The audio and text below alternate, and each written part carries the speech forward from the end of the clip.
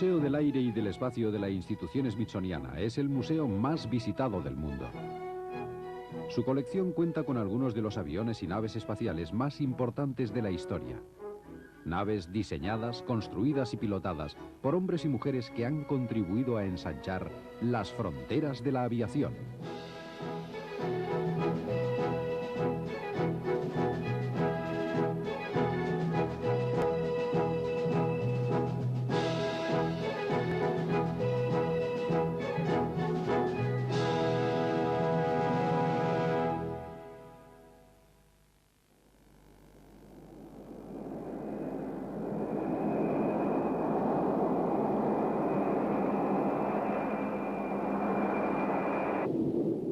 El rectángulo blanco en el lateral inferior del X-15 es la escarcha sobre el depósito de combustible provocada por las bajas temperaturas del oxígeno líquido. Mientras se inicia la cuenta atrás, el X-15 es controlado desde el interior del B-52. Todos los aspectos de la operación deben ser comprobados antes del lanzamiento.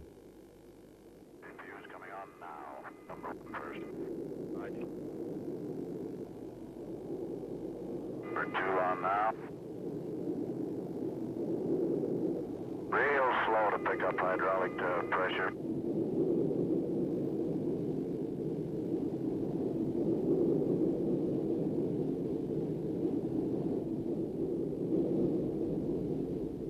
El X-15 es liberado. Crossfield enciende los motores XLR-11.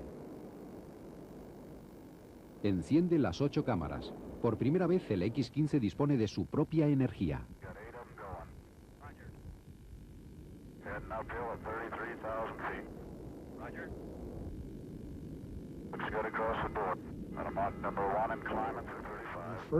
El primer vuelo con motor se efectuó sin problemas.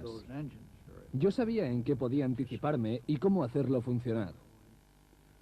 Por lo menos había volado 100 veces con aquellos motores, LR-4 y LR-11. El segundo vuelo fue bien, pero en el tercero apareció un problema que había estado rondando en el motor durante 30 años. En solo una fracción de segundo, las cosas empezaron a marchar mal y explotó el extremo posterior del avión. Entonces, puse rumbo a Rosamond. Cuando Crossfield oyó la alarma de incendio, empezó a soltar combustible y se dirigió al lecho seco del lago Rosamond, cerca de Edwards. Pero al tocar tierra, los restos de combustible le hicieron golpear con el morro.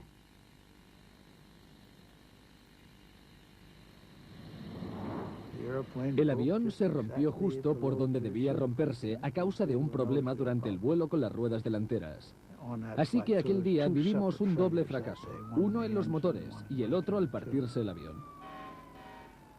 La estructura del avión quedó totalmente destruida, pero en 3 meses estuvo reparado y pudo volver a volar.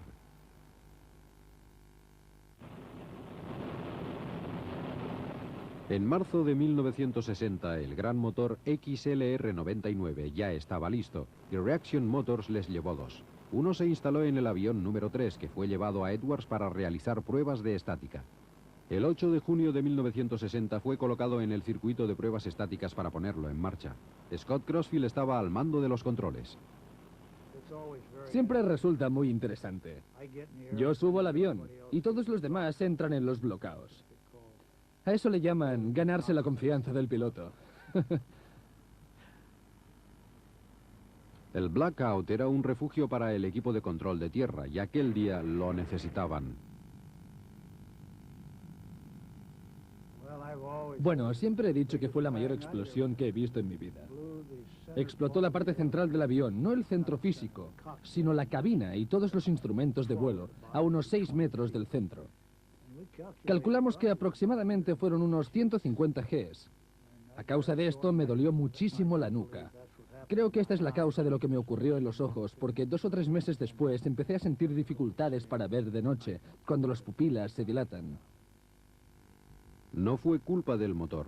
Un fallo en la válvula de escape de presión hizo explotar el tanque de oxígeno líquido. El único cambio que experimentó Crossfield fue en la vista. Por esto empecé a llevar gafas oscuras. Ya sabe que todos los pilotos de guerra llevan grandes relojes y gafas oscuras, aunque nadie le da demasiada importancia. No veía nada. Y por supuesto no se lo iba a decir a nadie. Me podría costar el puesto en el programa. A principios de los 60, Joe Walker de la NASA y Bob White de las Fuerzas Aéreas habían llegado a la etapa final de su preparación para iniciar el programa de pruebas del gobierno. Scott Crossfield había realizado su único vuelo a motor en un número 1 en enero de 1960, volando a una velocidad de casi 1120 nudos por hora, a unos 2100 pies de altura. Parece que disfrutó cada segundo de la experiencia.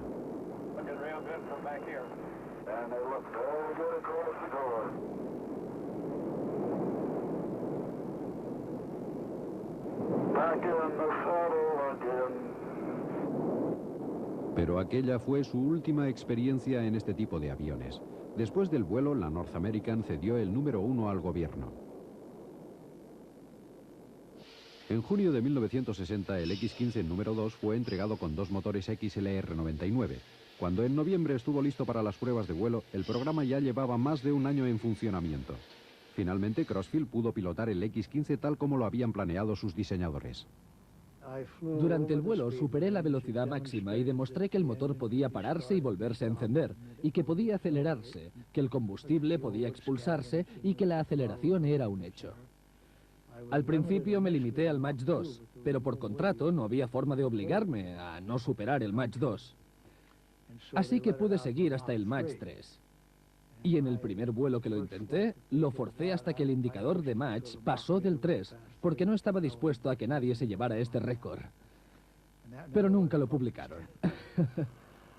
Después de 2 vuelos con el motor grande, Crossfield había completado su trabajo. Había probado el avión para el contratante North American, pero el vasto potencial del X-15 todavía no había sido explorado.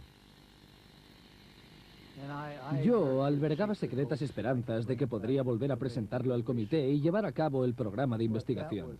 Pero en realidad ya lo sabía. Cuando dejas un club, no puedes esperar a que vuelvan a llamarte. Y por decirlo de algún modo, yo había desertado. Además, no habría sido una buena idea tener un avión a medida. Intentábamos demostrar que se trataba de auténtica tecnología, que no era ninguna proeza ni nada por el estilo. El avión número 3, reconstruido tras la explosión durante las pruebas, salió a la luz a finales de 1961. Estaba especialmente diseñado para volar a gran altura y disponía de un sistema de control que lo adaptaba automáticamente para el vuelo dentro y fuera de la atmósfera. En aquel momento, los 2 primeros aviones en manos de Joe Walker y del equipo, cada vez mayor, de pilotos de pruebas de la NASA y las Fuerzas Aéreas, ya habían superado cualquier récord de altura o velocidad. Joe Walker había pilotado el avión número 1 a 6.240 nudos por hora y después Bob consiguió que el número 2 pasara de los 6.400.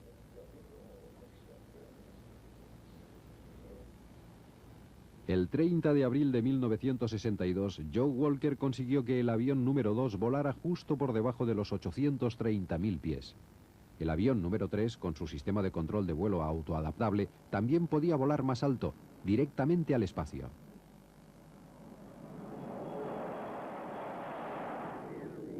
El 17 de julio de 1962, el B-52 despegó con el mayor Bob White en la cabina de un X-15 número 3. En el mes de junio había igualado el récord de altura de Joe Walker. Aquel día iba a intentar por primera vez en la historia pilotar un avión hasta el espacio y regresar.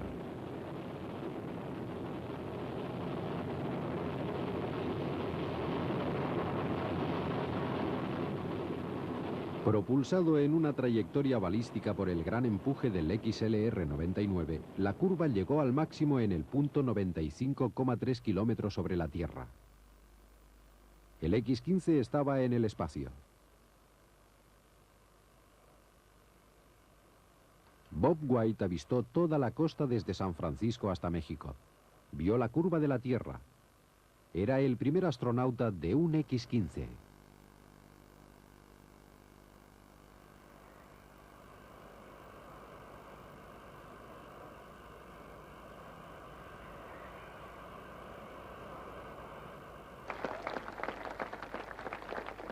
Al día siguiente, en una ceremonia en la Casa Blanca, Bob White, Joe Walker y Scott Crossfield fueron obsequiados con el trofeo más prestigioso de la aviación americana, el Collier Trophy, entregado por el presidente John Fitzgerald Kennedy.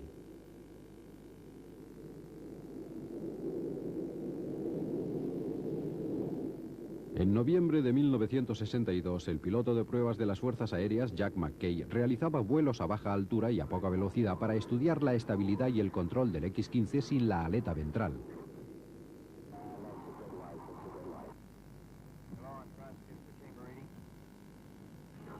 Poco después de desprenderse, ya estaba claro que había algún problema con el motor.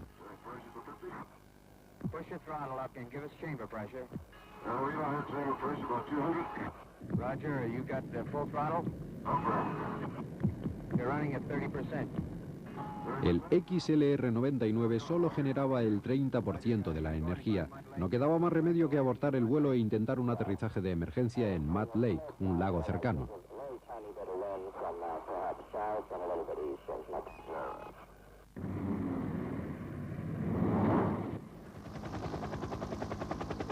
McKay sufrió graves heridas, pero sobrevivió.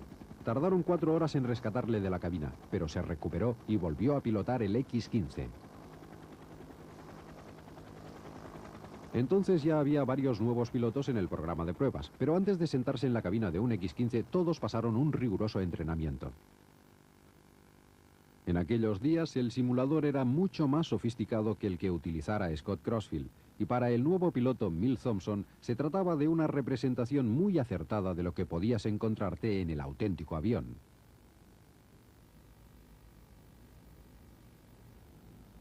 Pero el simulador seguía sin proporcionar ninguna idea de las sensaciones físicas. De todos modos, durante el entrenamiento, la perspectiva de volar en un auténtico X-15 no era muy estimulante. Sabías que de una u otra forma en 8 o 10 minutos volverías a estar en tierra. Sabías que o habrías hecho un aterrizaje estupendo, o te habrías tirado en paracaídas, o te habrías estrellado. Algo de esto seguro. Milt Thompson realizó su primer vuelo en octubre de 1963. A pesar del entrenamiento con el simulador, la realidad le sorprendió. Solo tratábamos de mantenernos arriba. Todo pasaba muy deprisa.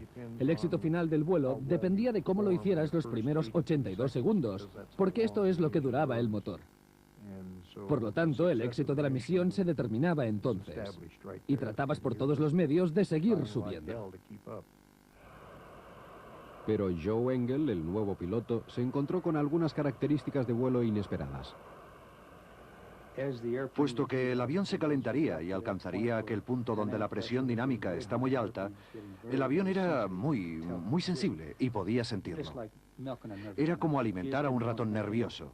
No querías hacer ningún movimiento que no fuera imprescindible.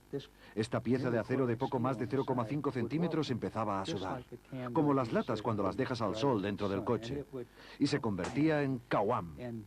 Y eso que Bob Bruceborg me avisó que ocurriría. Me lo dijo antes del vuelo. Me dijo que sabía que iba a empezar con el régimen de vuelo hasta llegar a la barrera producida por la alta velocidad. Pero aun sabiendo que iba a pasar, cada vez que ocurría era algo... realmente llamaba la atención.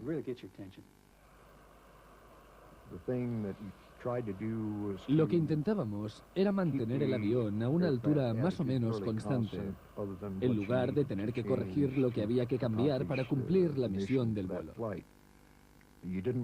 Tratábamos de que el avión no saliera de un eje previamente fijado,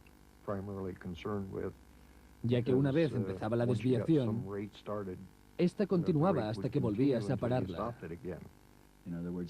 En otras palabras, a medida que te acercas al máximo, puedes sufrir una inclinación en la altura de menos 5 grados y un buen balanceo de 5 grados, sin tener en cuenta los requisitos de altura. Debes mantenerlos mientras el experimento sigue adelante. Luego, cuando ha terminado, vuelves al vuelo normal coordinado y preparas la reentrada. Después, regresas planeando para aterrizar en Edwards como si nada hubiera pasado.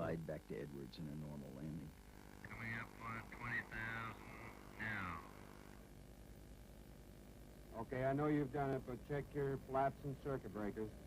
Roger. Ready to go pressurize? Pressurize. You're in good shape. Flaps. No todos los vuelos baten récords, y naturalmente la mayoría fueron simplemente muy buenos, con un buen motor y una buena aerodinámica, y pudieron conseguir los datos aerotermodinámicos obtenidos en el programa X-15.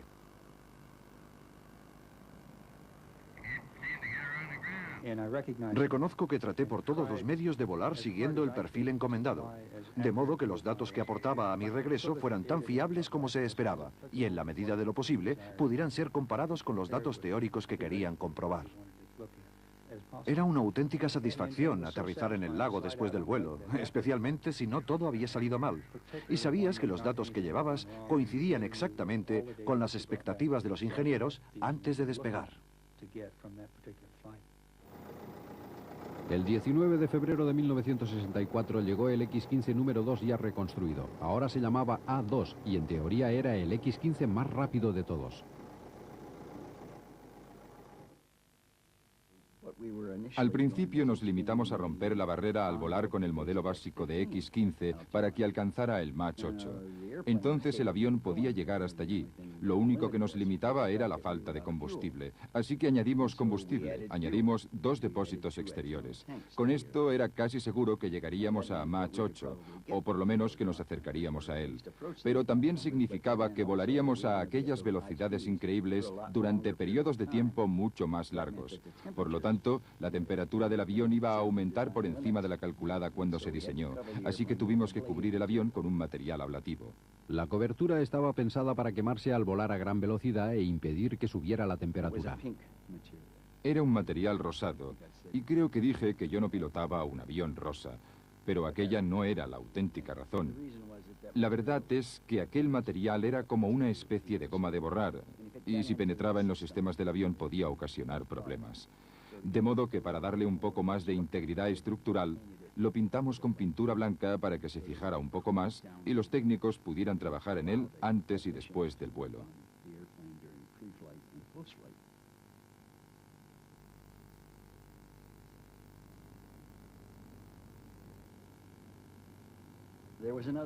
Existía otra particularidad asociada con aquel material. A medida que alcanzamos la máxima velocidad del vuelo, el material se ablatía, se chamuscaba y emitía gases. De todos modos, aquel material se revolvió y se pegó a las ventanas, dejándolas totalmente opacas.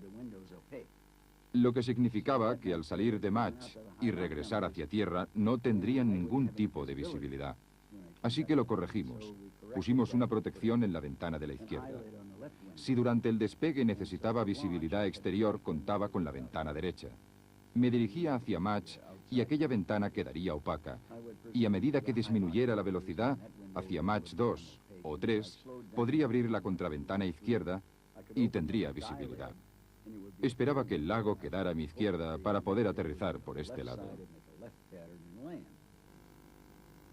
Poco antes de que el X-15A2 saliera a la pista, el siguiente en el programa, el X-20, fue suprimido en favor del desarrollo de cohetes tripulados y el laboratorio de orbitación tripulada. El X-15 se había quedado solo como proyecto de vehículo capaz de volar hasta el espacio y regresar en una nave tripulada. Sin embargo, la misión del A2 se limitaba a la velocidad y tras un intenso programa de pruebas, el 18 de noviembre de 1966, Pete Knight estableció un récord de velocidad mundial absoluto, aunque extraoficial, llegando al Mach 6.3 a 6.000 o 6.500 nudos por hora. El 3 de octubre de 1967, Knight volvió a despegar a bordo del A2 con un nuevo revestimiento de material ablativo. Su misión, alcanzar la máxima velocidad de un X-15 equipado con un falso reactor, una nueva forma de planta energética para los futuros vuelos de alta velocidad a gran altura. 67 segundos después del lanzamiento se había consumido todo el combustible de los tanques exteriores y estos se desprenderían del avión, permitiendo que el X-15 acelerara al máximo. Sientes la velocidad. Sabes que estás forzando el avión. En mi opinión es parecido a conducir un coche. Puedes conducir un coche a 120 o a 140 kilómetros por hora y es bastante cómodo.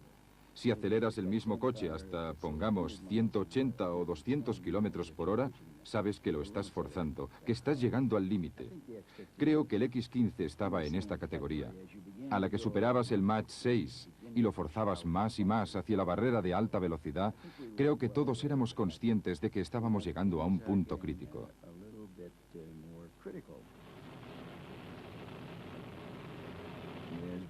A medida que alcanzábamos el 6,5, 6,7, adquiríamos conciencia de la velocidad. Y si mirabas fuera, cosa que tuve la ocasión de hacer alguna vez, sabías que estabas saliendo de la Tierra. Incluso a 30.000 pies, eres muy consciente de la velocidad. Mucho más consciente en términos de tiempo de vuelo y del esfuerzo y los experimentos que debían realizarse durante aquella etapa del vuelo. Era un vuelo muy ajetreado. No había mucho tiempo para contemplar el paisaje o divertirse.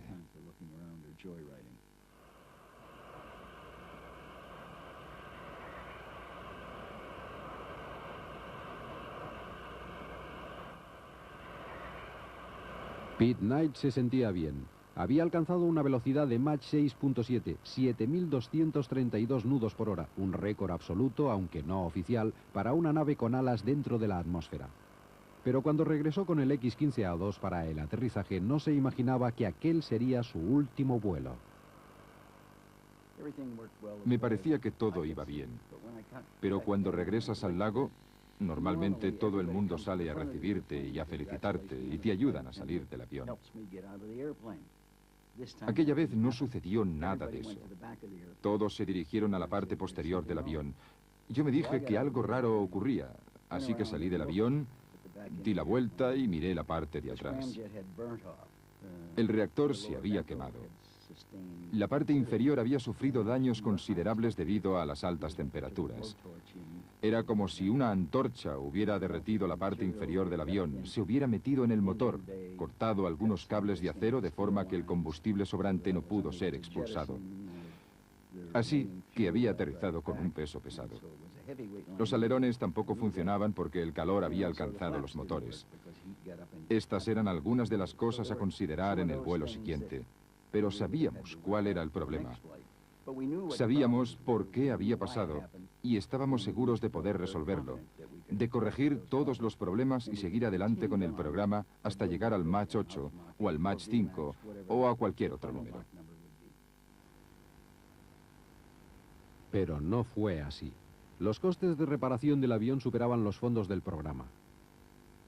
El A2 fue retirado al Museo de las Fuerzas Aéreas en Dayton. El último vuelo del A2 fue el vuelo número 188 del programa. Se habían planeado 200. Los otros dos aviones siguieron volando.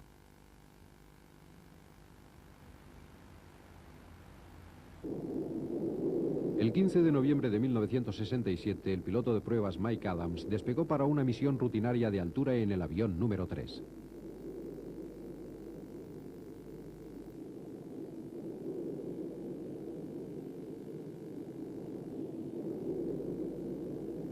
Poco después de la ignición, las cosas empezaron a ir mal. Un fallo eléctrico interrumpió la comunicación y dañó el sistema de adaptación del control de vuelo automático.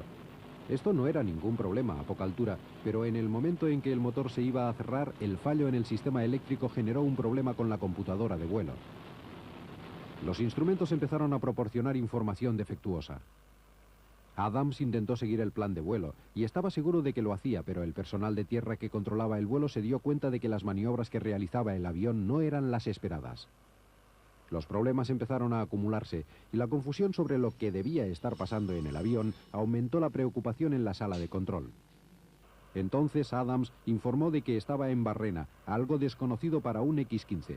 Intentó lo imposible para estabilizarse otra vez.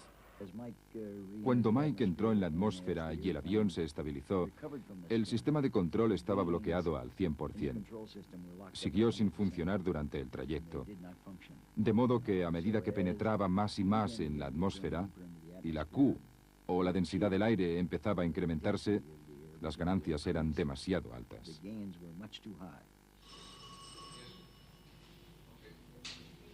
Los movimientos del avión eran cada vez más violentos y el X-15 empezó a experimentar fuerzas G extremas. El personal de tierra no podía hacer nada para ayudar a Mike Adams a salvar la situación. Justo antes de la desintegración, pasó entre 1,5 y 2 ciclos, a más o menos 18 grados de inclinación.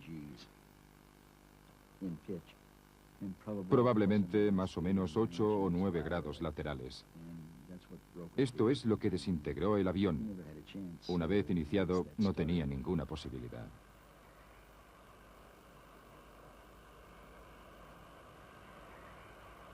El X-15 descendía a una velocidad media de 48.000 pies por minuto. A 200.000 pies el fuselaje se pandeó. A causa de las altas fuerzas dinámicas, el mayor Adams no pudo eyectar.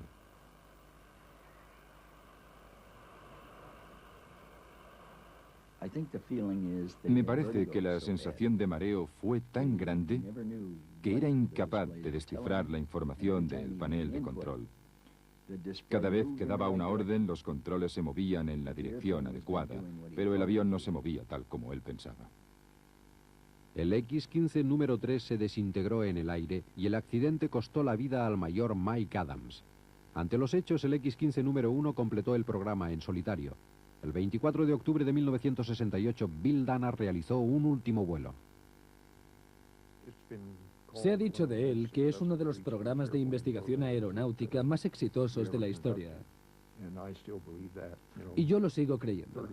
Han pasado 30 años y probablemente todavía hoy es el programa más impresionante que hemos realizado. Creo que es uno de los mejores aviones de investigación jamás realizados por las Fuerzas Aéreas y la NASA, que siempre contó con su cooperación en los esfuerzos para que llegara a despegar.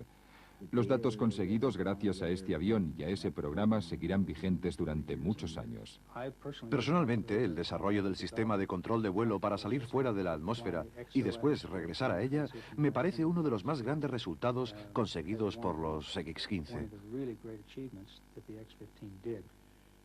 Si hubiéramos seguido con el X-15 orbital, este hubiera sido solo un paso más en la línea de desarrollo natural de las investigaciones sobre aviación. Y hoy no nos preocuparíamos sobre estaciones espaciales, ya estarían en marcha. Y gracias al desarrollo del X-15 orbital y a sus reactores, se habría descubierto una forma fácil para llegar hasta ellas y regresar. Partiendo de sus reactores, se habría descubierto una nueva generación de sistemas de propulsión avanzados que habrían tenido una influencia decisiva sobre la historia.